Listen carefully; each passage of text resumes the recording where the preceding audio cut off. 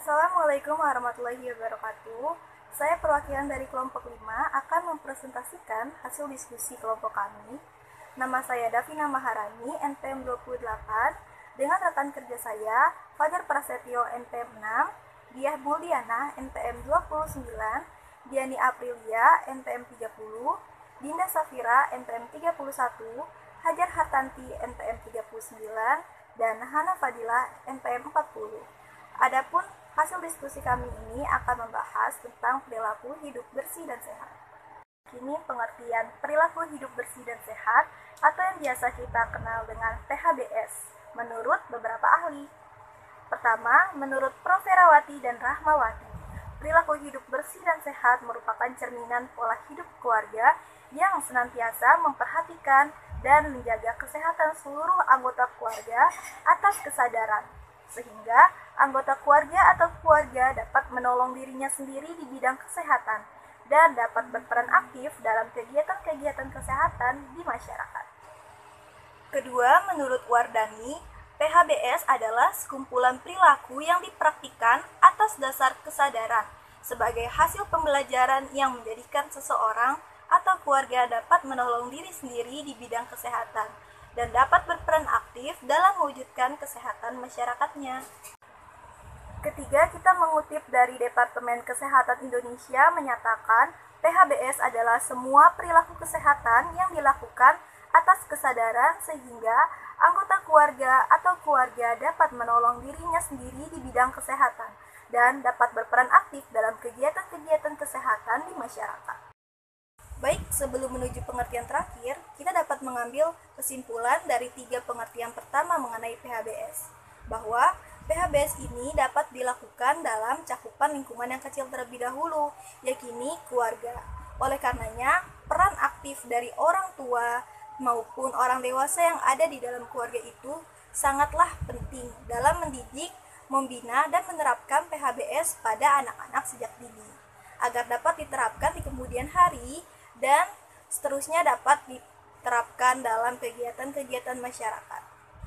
Terakhir, kami mengutip pengertian kesehatan dalam UU Kesehatan RI nomor 36 tahun 2009 menyatakan kesehatan adalah keadaan sehat baik secara fisik, mental, spiritual, maupun sosial yang memungkinkan setiap orang untuk hidup produktif secara sosial dan ekonomis.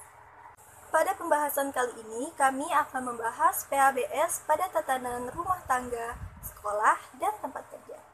Yang pertama adalah PHBS pada tatanan rumah tangga dengan 4 poin pembahasan, yakni pengertian, sasaran, manfaat, dan indikator. Pengertian PHBS pada tatanan rumah tangga menurut Departemen Kesehatan Republik Indonesia pada tahun 2007, PHBS pada tatanan rumah tangga adalah upaya untuk memberdayakan anggota rumah tangga agar tahu, mau, dan mampu mempraktikkan perilaku hidup bersih dan sehat, serta berperan aktif dalam gerakan kesehatan di masyarakat. Masih menurut sumber yang sama, PHBS merupakan salah satu strategi yang dapat ditempuh untuk menghasilkan kemandirian di bidang kesehatan, baik pada masyarakat maupun pada keluarga. Nah, PHBS pada tatanan rumah tangga ini memiliki sasarannya masing-masing. Yang pertama disebut dengan sasaran primer. Sasaran primer ini terdiri dari seluruh anggota keluarga di dalam rumah yang bermasalah. Yang kedua adalah sasaran sekunder. Sasaran sekunder ini terdiri dari kepala keluarga, orang tua, tokoh keluarga, kader tokoh agama, tokoh masyarakat, petugas kesehatan, dan lintas sektor. Sasaran yang terakhir disebut dengan sasaran tersier. Sasaran tersier ini terdiri dari kepala desa, lurah, camat, kepala puskesmas, guru, dan tokoh masyarakat. Lalu apa aja ya tujuan dari PHBS pada tatanan rumah tangga ini? Jadi tujuannya dibedakan menjadi 3 teman-teman. Yang pertama, tujuan utama.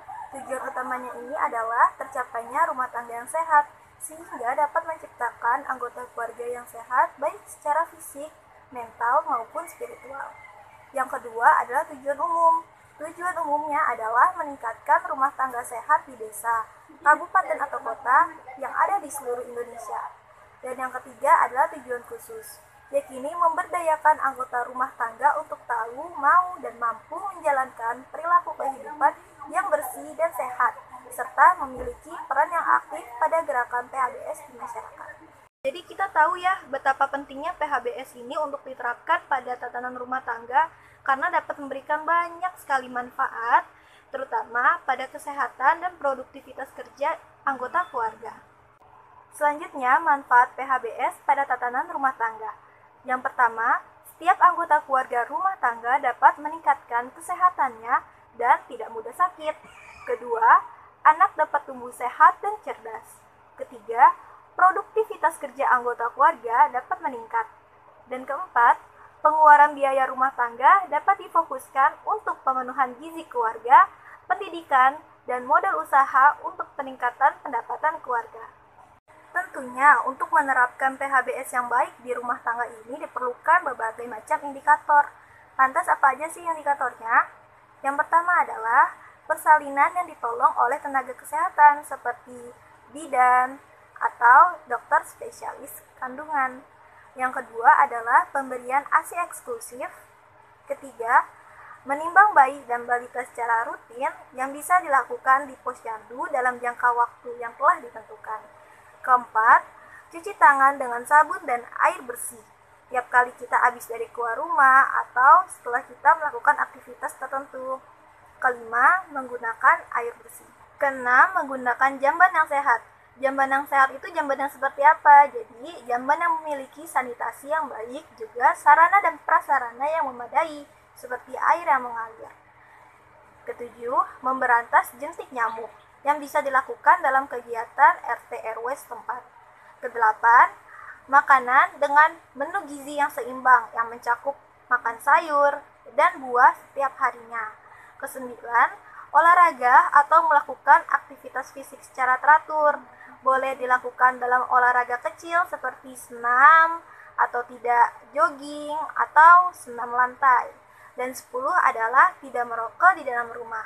Karena kita tahu efek dari merokok itu sangat berbahaya, baik itu bagi perokok pasif maupun perokok aktif. Selanjutnya saya akan membahas PHBS pada tatanan sekolah, masih dengan poin yang sama, yakni pengertian, tujuan, manfaat, dan indikatornya. Apa itu PHBS pada tatanan sekolah?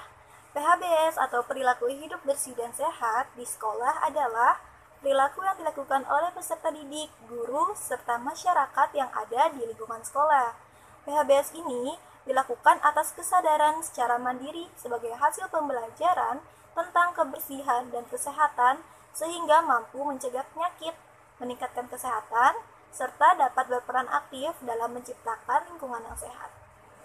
Jadi, secara umum, perilaku hidup bersih dan sehat di sekolah merupakan salah satu upaya preventif atau pencegahan terhadap suatu penyakit atau masalah kesehatan, dan juga merupakan upaya promotif dalam meningkatkan derajat kesehatan pada seseorang, sehingga dapat dikatakan sebagai pilar sekolah yang sehat.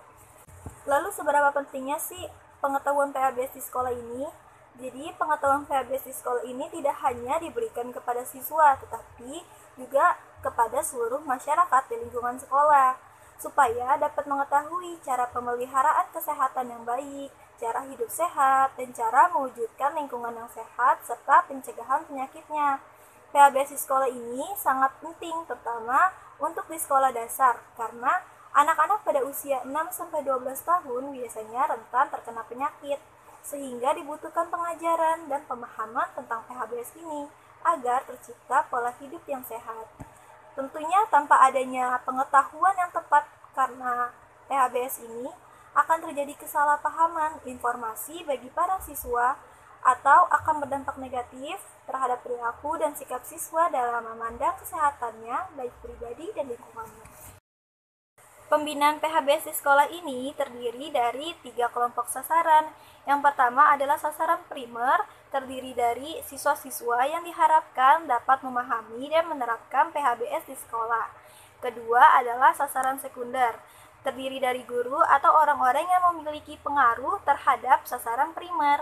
Dan yang ketiga adalah sasaran tersier, yakni orang yang berfungsi mengambil keputusan formal seperti komite sekolah, puskesmas, dan pemerintah daerah.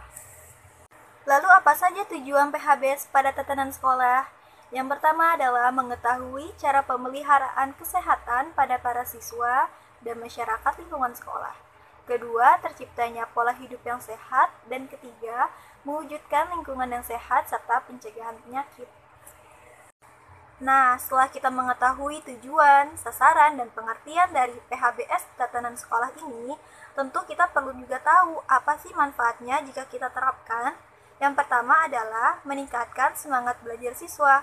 Tentunya, jika lingkungan, sarana, dan prasarana yang telah ada itu bersih dan memadai, tentu kita dapat menimba ilmu dan menyerap ilmu dengan sangat baik. Kedua, terciptanya sekolah yang bersih dan sehat. Dengan terciptanya sekolah yang bersih dan sehat, tentu akan menciptakan insan yang bersih pula dan juga sehat.